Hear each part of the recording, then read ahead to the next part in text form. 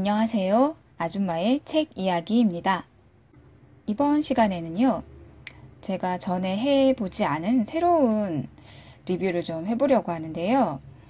리뷰를 하는 것 자체는 새로울 게 없는데, 어, 책의 장르가 조금 다른 카테고리로 묶일 수 있을 것 같습니다. 제가 지금까지는 일반 소설, 아니면 소설이 아닌 실용서도 가끔 하고 자기계발서 이런 것도 가끔 했고, 그리고 그 다음에 제가 카테고리 하나로 묶어놓고 올리고 있는 게 이제 청소년 소설이었는데요.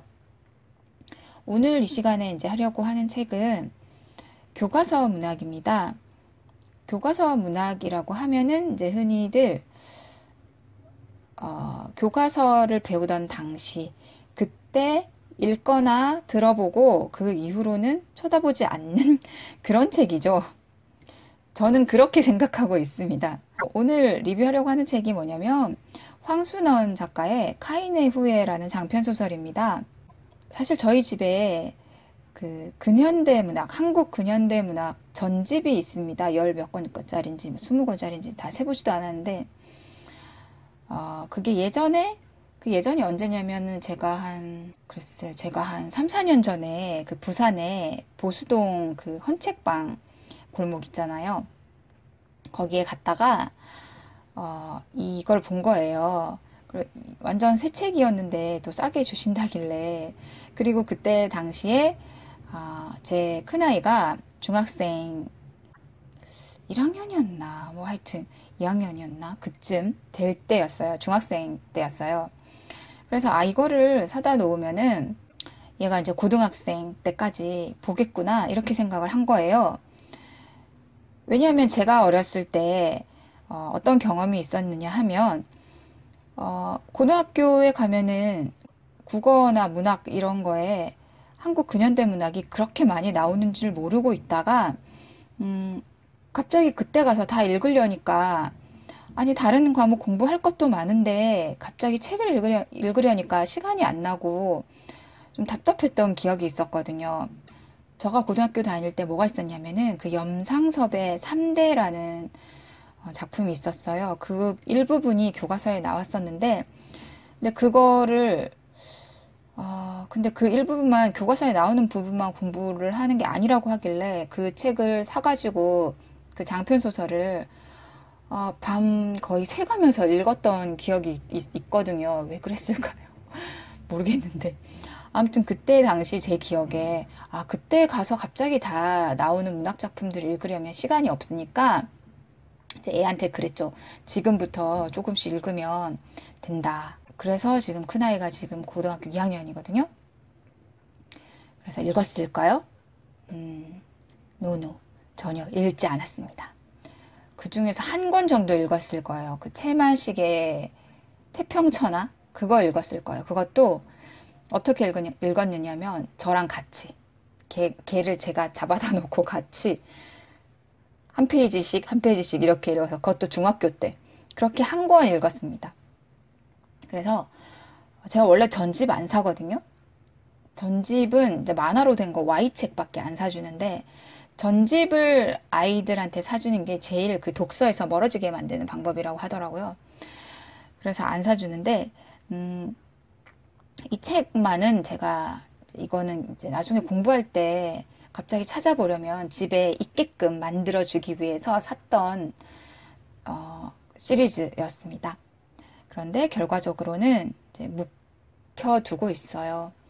그리고 첫째보다는 책을 좋아하는 또 둘째가 대기 중이라서 어떻게 될지 모르겠어요. 근데 그 전에 제가 먼저 읽고 이렇게 리뷰라도 남겨놓으면 나중에 그게 무슨 이야기예요? 라고 물어봤을 때 제가 알려줄 수 있잖아요. 그래서 저도 안 읽었던 책들 위주로 제가 읽어보려고 해서 지금 읽게 됐습니다. 단편들은 짧아서 그건 직접 읽어보는 게 나을 것 같고 장편은 읽을 시간이 없잖아요. 그래서 제가 읽고 이렇게 리뷰를 하면서 줄거리를 이렇게 남겨놓으려고요.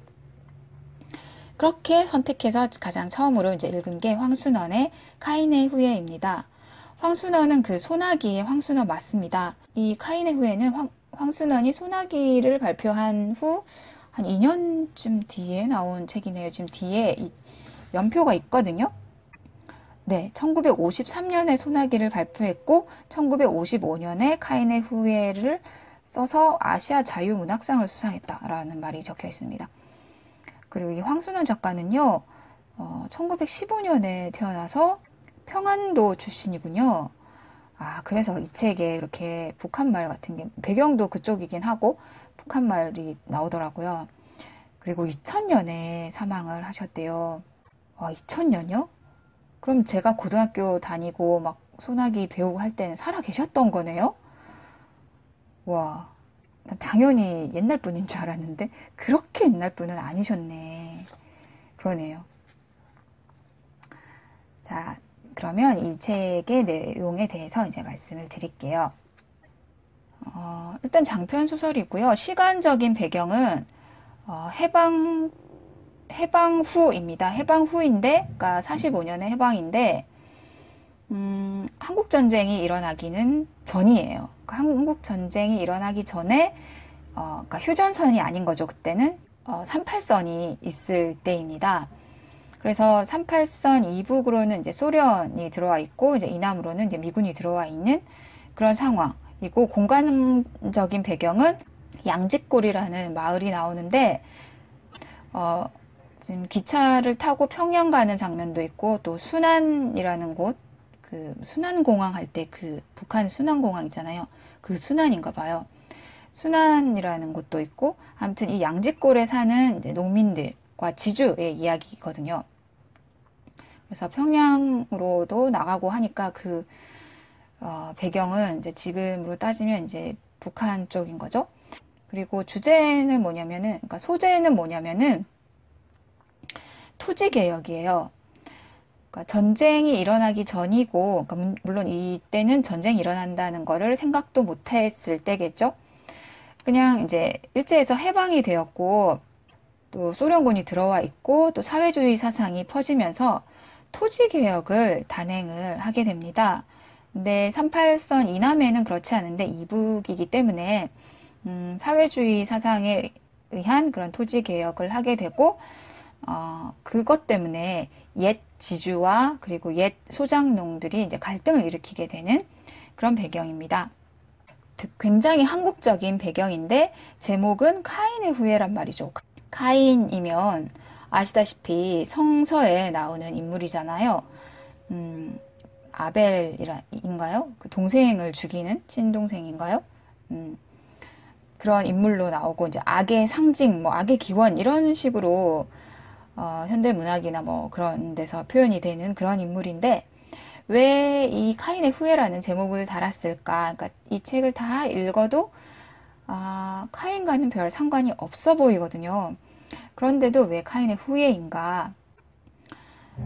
그거는 이제 카인이 형제를 죽인 인물인데 여기서도 그 시대의 이제 흐름에 휩쓸린 이제 인간들이 사람들이 형제처럼 지내온 사람들을 서로 죽고 죽이게 만드는 그런 상황, 그런 아수라가 펼쳐진다는 뜻인 것 같아요. 그래서 조그마한 마을에서 사람들끼리도 뭐 누가 살고 이런 거 다 아는데 이제 생각하는 바가 달라지면 이제 신념이 달라지면 그런 형제처럼 지내던 그런 옛 정을 버리고 이제 냉정하게 자신의 앞날만 도모하게 되는 그런 것을 빗대서 카인의 후예라고 말한 것 같습니다. 이 이야기의 이제 주인공은 박훈이라는 사람입니다. 외자예요. 훈이에요. 그리고 문장은 뭐 나는 이렇게 되어 있지 않고 훈은 이렇게 되어 있고 이제 3인칭이네요. 3인칭인데 이제 감정 표현까지 문장으로 다 하고 있으니까 전지적 작가 시점 이렇게 말할 수 있겠죠? 이 훈이라는 인물은 젊은 지주입니다. 그러니까 지주 집안의 아들인데 이제 부모님들이 이제 돌아가시는 바람에 그 땅들을 양지골에 있는 땅들을 다 물려받아서 원래는 평양에서 학교를 다니고 교육을 받은 사람인데 양지골로 이제 어릴 때 살았던 양지골로 다시 돌아와서 자리를 잡고 살고 있습니다. 그리고 이 사람이 하는 일은 야학을 세워서 그 농민들에게 교육을 하고 그런 일을 하고 있어요. 그런데 이야기의 첫 장면이 어떻게 시작이 되느냐면은 야학에 이제 출근을 했더니 뭔가 알 수 없는 이상한 사람들이 와서 자기를 추궁하고 야학을 해산을 시켜버려요. 그래서 이 후는 다시는 이제 야학에 가지 못하게 되는데 그 사람들이 누구냐면 이제 사회주의 사상을 가진 사람들이고 후은에게 이 농민들 모아다가 뭐 자본주의 뭐 이런 거 가르친 거 아니냐 뭐 그런 식으로 이제 몰아가게 됩니다. 그래서 이제 후는 이제 야학을 이제 더 이상은 하지 못하게 되고 집으로 돌아오는데요. 그런데 이제 훈을 보살펴 준다고 해야 되나? 그런 사람이 있습니다. 이제 여자인 오장녀라는 여자인데 작품 할 때 작녀인데요. 오장녀가 이제 훈의 집에 그 훈이 거처하는 방이 있으면 이렇게 한켠에 다른 곳에 아예 그 집에 거처를 하면서 훈 뭐 빨래 해주고 밥 해주고 뭐 그렇게 일을 봐줘요. 집안 일을 봐주는 사람인데요. 이 오장녀가 이제 원래 누구냐면은 훈의 집 마름이었던 도섭 영감이 나오는데 도섭 영감의 딸이에요. 그러니까 훈의 집이 예전에 큰 집에 이제 살 때 훈의 아버지가 이제 돌아가시기 전에 훈의 토지를 다 그 관리하던 사람이 이제 마름이잖아요. 그리고 이제 소작농한테 그 마름이라는 게 그 지주의 땅에서 농사를 짓는 소작인들을 관리하는 직업이잖아요. 그러니까 그 지주와 소작농 사이에 있는 근데 이 도섭 영감인데 도섭 영감의 딸이 이제 오장녀입니다. 근데 오장녀는 결혼을 한번 했는데 지금 이제 남편과 떨어져서 살고 있고 남편은 어디로 뭐 이렇게 방랑서생처럼 이렇게 가버렸나 봐요. 그래서 오장녀는 지금 친정으로 와 있는데 이제 훈이 고향으로 이제 내려오니까 이게 훈이 그래도 이 사람들한테로 치면 예전에 모셨던 주인이란 말이죠. 그래서 이 훈의 집에서 이제 머물면서 이제 훈의 살림을 이제 살아주고 있는 사람이에요. 그리고 이 도섭 영감에게는 오장녀 말고 그 밑에 이제 아들이 하나 있는데 삼득이라는 아들이 있습니다. 그래서 주요 등장인물은 이 정도 되는 것 같은데요. 그러니까 훈이 야학을 하러 갔다가 이렇게 해산당하고 이제 야학도 못하겠구나 이러면서 이렇게 돌아오고 있는데 길 저편에 이제 산에서 어렴풋이 보니까 오장녀가 자기를 이제 기다리고 있는 게 보입니다. 그러니까 오장녀는 아마도 이제 훈이 언제 오려나 이제 밥을 이제 해줘야 되니까 뭐 그렇게 내다보고 있었겠죠? 오장녀가 나를 기다리고 있구나 이렇게 생각하고 길을 걸어가고 있는데 오장녀가 갑자기 막 뛰어서 달려가요. 그래서 왜 저러지 하고 보니까 오장녀 앞쪽에 또 어떤 남자가 있고 그 남자가 뛰어서 막 하고 그 뒤를 오장녀가 막 쫓아가고 있습니다. 그래서 저건 또 무슨 상황일까? 저 앞에 가는 사람 누굴까? 그 생각을 하고 이제 집으로 돌아옵니다. 그게 이제 이 이야기의 첫 장면이에요. 근데 이 훈이라는 인물은요, 그렇게 막 자신의 운명을 개척하기 위해서 적극적으로 나서는 인물이 아닙니다. 이 훈은 이제 그 평양에서 이제 교육을 받았고 배운 사람이기 때문에 지금 이 세상의 흐름을 알고 있어요. 그리고 지금 38선을 기준으로 남쪽에는 어떤 일이 일어나고 있고 지금 자기가 살고 있는 38선 이북에는 어떤 상황인지를 알고 있고 이 토지 개혁이 시작이 되면 자기 같은 지주 계급이 어떻게 되리라는 것을 알고 있습니다. 그런데 이제 같은 지주라도 어떤 사람들은 어떻게든 이제 살아남기 위해서 애쓸 텐데 이 후는 그렇지를 않아요. 그냥 돌아가는 상황을 마치 남의 일이냐 그냥 쳐다보고만 있는 그런 인물입니다. 좀 굉장히 무기력해 보이는 인물이에요. 이 지주 계급 중에서는 가장 젊은 사람임에도 불구하고 어떻게 그 상황을 타개해 보겠다는 의지가 없습니다. 이 양지골에는 그 박훈의 집 마름이었던 도섭 영감 말고는 나머지 사람들은 다 거의 다 이제 소작농들 출신이고 지금도 뭐 소작농이고 그리고 그 마을 말고 옆마을 이렇게 통틀어서 봤을 때 다른 지주 계급이 있겠죠.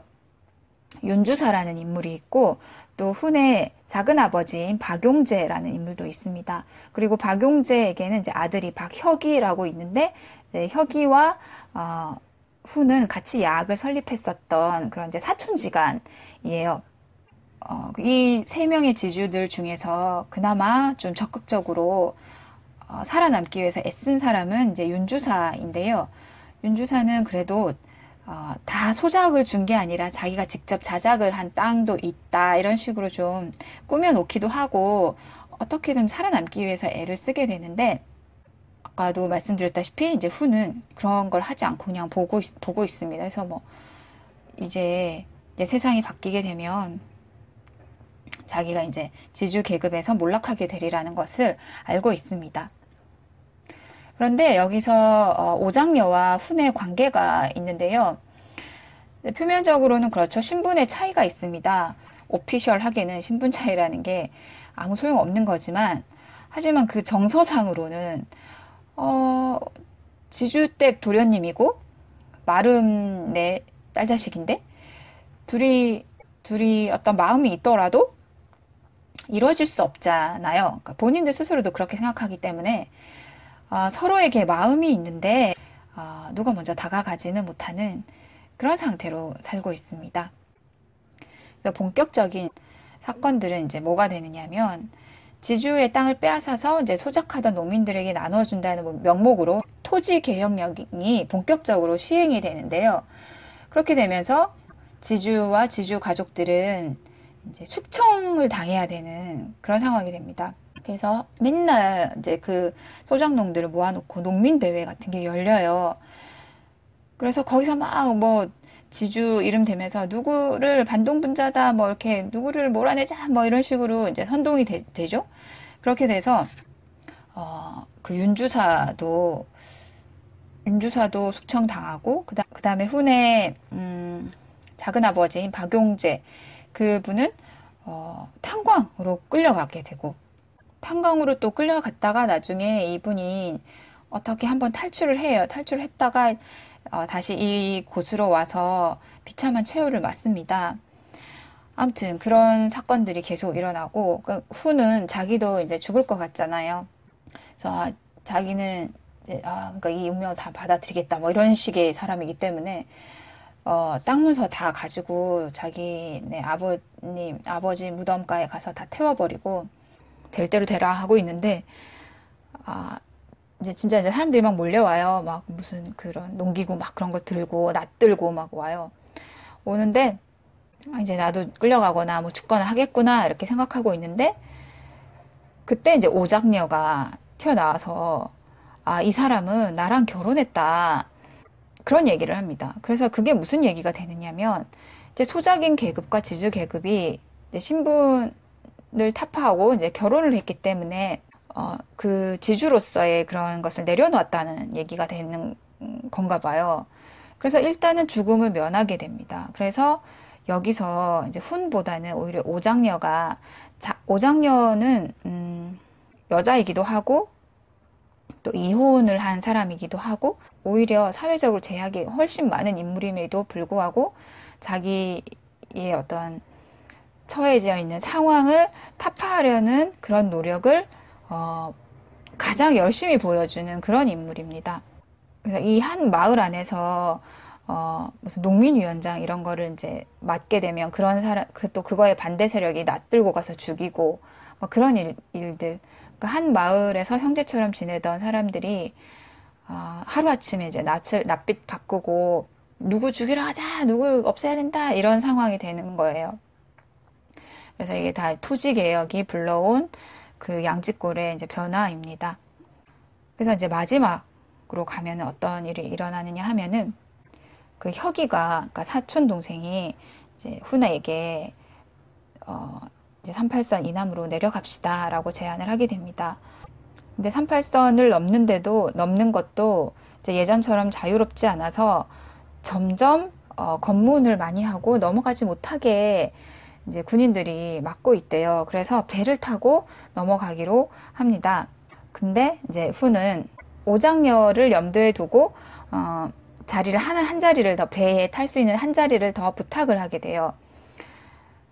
그래서 혁이와 오장녀와 훈가 이렇게 같이 내려가려고 마음속으로는 그렇게 계획을 하고 있는데 오장녀에게는 아직 같이 가자 나 그런 얘기를 못 하고 있고 또 오장녀는 이 사람이 떠나려 한다는 거는 눈치를 채고 있는데 자기를 데려갈 생각이라는 건 또 못 하고 있어요. 그래서 서로 지금 마음을 터놓지 못한 상태에서 결말을 맞이하게 되는데 어떤 결말이냐면은 그 혁이가 자기 아버지 그 박용재라는 그 분이 이제 탄광 끌려갔다가 탈출해서 이 마을로 들어왔다가 죽었거든요.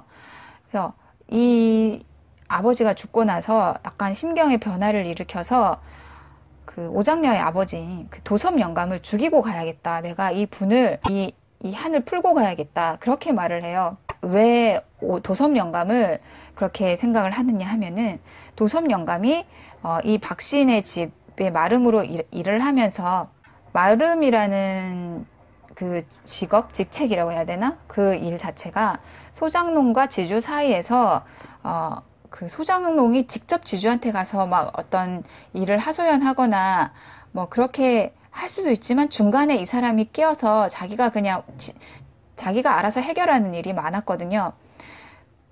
그래서 이제 훈의 기억으로는 어떤 게 있느냐면 뭐 소장농들이 찾아와서 뭐 소작료에 대해서 뭔가 얘기를 하면 막 도섭 영감이 패버리고 했던 그런 기억이 있어요. 어릴 때 기억이. 그래서 도섭 영감을 어렸을 때부터 되게 무서워했던 기억이 있거든요. 그래서 이 도섭 영감은 자기가 지주에 붙어서 살아온 사람이라는 거 그게 알려져서 자기도 숙청 대상이 될까봐 무서웠던 거예요. 그래서 오히려 자기는 더 열정적으로 이 농민위원장 이런 직책도 맡아가면서 지주 숙청하는데 막 나서고 앞장서고 지주들이 남겨놓은 어떤 재산 이런 거 다 부수고 막 그런 거에 앞장섰던 인물이에요. 그래서 이 혁이의 아버지인 박용재 그 박용재가 탄광에서 탈출해서 막 양지골로 다시 돌아가셨을 때도 이 도섭 영감이 막 밖에 뛰어다니면서 막 계속 지주들을 뭐 죽여라 뭐 이런 식으로 막 동네 방네 돌아다니면서 소리 지르고 그러거든요. 그거를 혁이가 들으면서 너무 이제 화가 났던 거죠. 저 영감이 왜 저럴까? 이미 지금 우리 아버지 지금 돌아가셨는데 지금 돌아가셔서 지금 관도 짤 상황이 못 돼서 관을 짜 주겠다는 사람도 없어서 도와주는 사람도 없어서 지금 난감한 상황인데 문 밖에서 이렇게 뛰어다니면서 막 깨깨 죽여라 이런 말이 나오는데 깨깨가 아무래도 그런 말인 것 같아요. 추측컨대 그러니까 꼭꼭 숨으라처럼 꼭꼭 그런 말인 것 같아요. 깨깨 죽여라 이러면서 뛰어다녀요. 그러니까 그거가 너무 가슴에 맺혔던 거예요. 그래, 너가 원하는 대로 우리 아버지 죽었는데 죽은 사람을 두고도 그러고 외치고 뛰어다니냐. 그래서 혁이가 나 지금 남으로 내려가기 전에 마지막으로 도섭 영감 내가 죽이고 내려가겠다. 그렇게 얘기를 합니다. 그래 그렇구나 하고 또 훈은 아무 생각 없으니까 그렇게 듣고 이렇게 헤어졌는데 훈이 이제 그날 밤에 결심을 하게 돼요. 도섭 영감을 죽이고 내려간다면 혁이 아니라 내가 죽여야 되는 거가 아닌가? 그런 생각을 하게 돼요. 그래서 이제 산으로 도섭 영감을 불러서 죽이려고 그러니까 둘이 이제 몸싸움이 벌어져요. 그러니까 훈이 칼로 한번 찌르는데 이 도섭 영감은 뭔가 원래 노동으로 다져진 사람이기 때문에 나이가 많다고 해도 그렇게 쉽사리 쓰러지는 사람이 아니에요. 그래서 둘이 막 몸싸움을 하고 있는데 그 오장녀의 동생인 삼득이가 나타납니다. 그래서 삼득이가 아버지를 막 잡고 아버지가 막 이렇게 그 훈이를 계속 공격하니까 아버지를 잡고 얼른 떠나시라고 우리 누이 데리고 얼른 떠나시라고 그렇게 말해요. 그러면서 끝이 납니다. 이야기가. 그래서 아무래도 오장녀를 데리고 정확하게 이 부분 나오지 않지만 오장녀를 데리고 남쪽으로 훈이 도망가지 않았을까? 그렇게 이제 미루어 짐작하면서 끝납니다.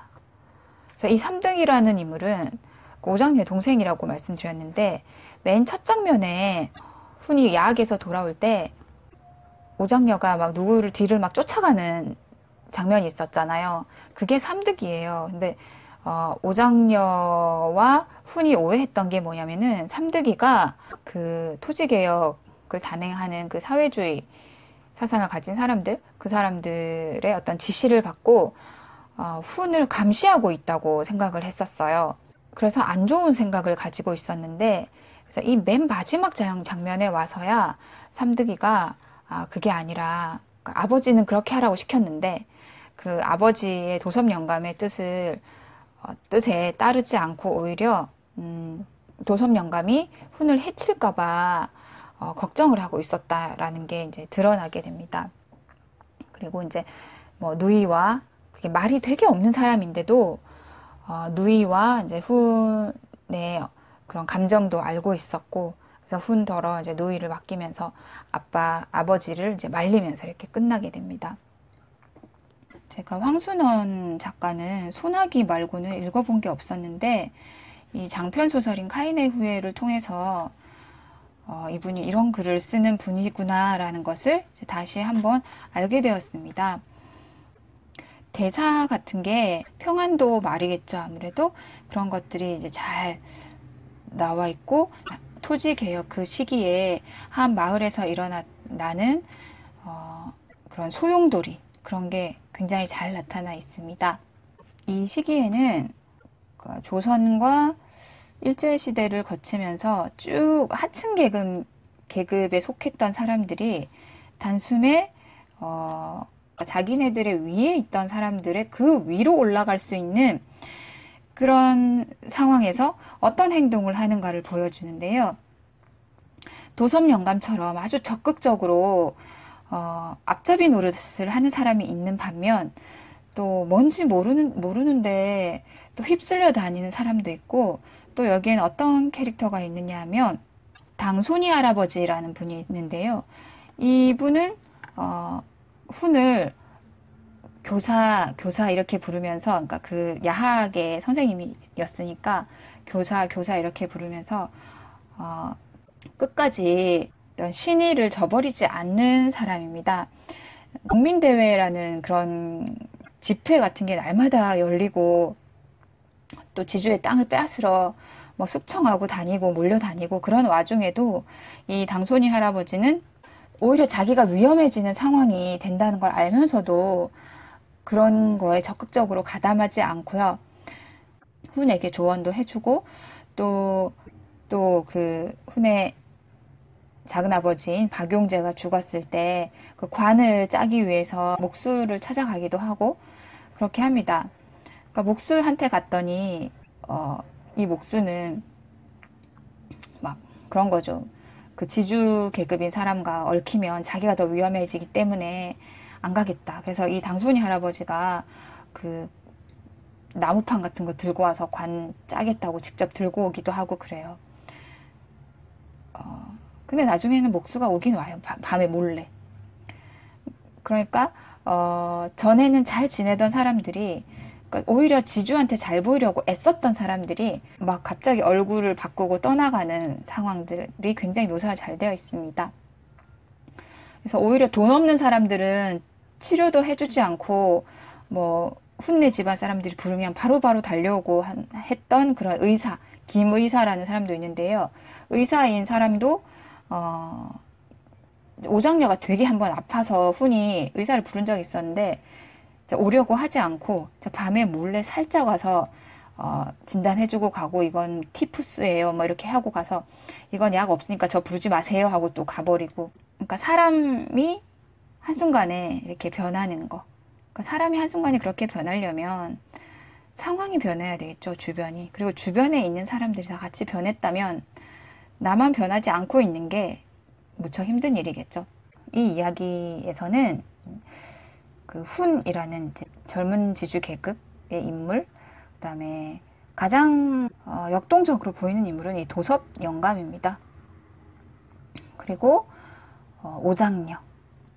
그 도섭 영감과 오장녀는 이제 생각하는 바가 다르죠. 도섭 영감은 훈 쪽에 계속 자기가 있으면 위험해진다는 걸 알기 때문에 이 사람 또한 자신과 자신의 가족을 지키기 위해서 이런 행동을 하는 거고요. 그런데 오장녀는 아버지가 왜 저러시냐, 그러면 안 된다, 이렇게 맞섭니다. 그러다가 이제 머리 뜯기고 이렇게 싸움 나고 그러거든요. 혹시 뭐 이 책을 읽을 시간은 없는데 줄거리가 뭐 필요하거나 해서 어떤 이야기인가 궁금해서 뭐 검색하다가 들어오신 이 채널에 들어오신 뭐 학생분들 계시다면 그런 이야기구나 라는 거 그 정도만 알고 가시면 될 것 같고요. 제가 이 책을 시작으로 해서 저희 집에 있는 그 근현대 문학 작품집 중에서 좀 장편인 책들만 제가 읽어서 가끔 얼마나 자주가 될지는 모르겠습니다. 한 번씩 제가 올리도록 하겠습니다. 네, 그래서 그 첫 번째로 이제 황순원의 카인의 후예를 오늘 리뷰해 보았습니다. 들어주셔서 감사합니다.